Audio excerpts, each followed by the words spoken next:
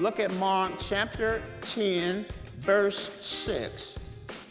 Jesus says, but from the beginning of the creation, God made them male and female.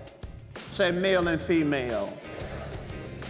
For this cause, verse 7, shall a man leave his father and his mother and cleave to his wife. Verse 8, and they twain, the word twain means two, and they two or twain shall be one flesh. So then they are no more twain, no more two, but they are one flesh. God intended for marriage to be a blood covenant relationship, not a contract. Now, because in our culture, we have distorted marriage.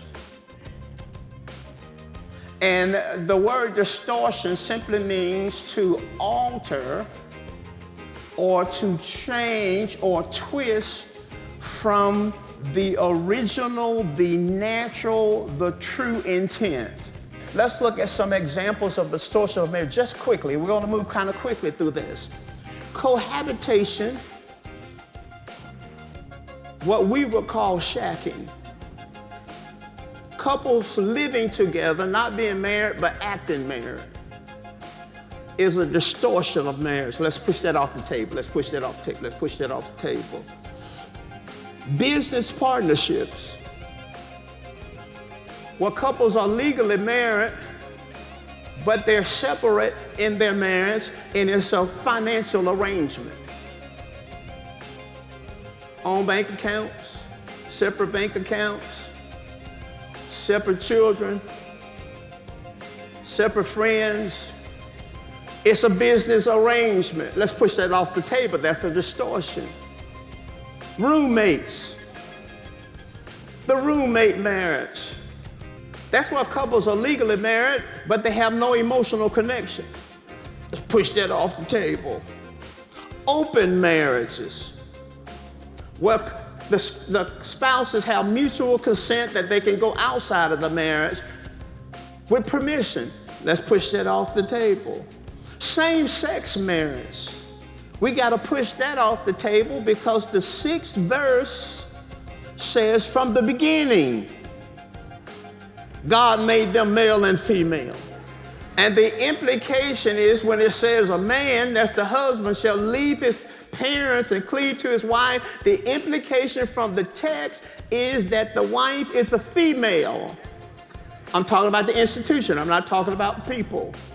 But we got to push that off the table. Cheating marriages, where sex is outsourced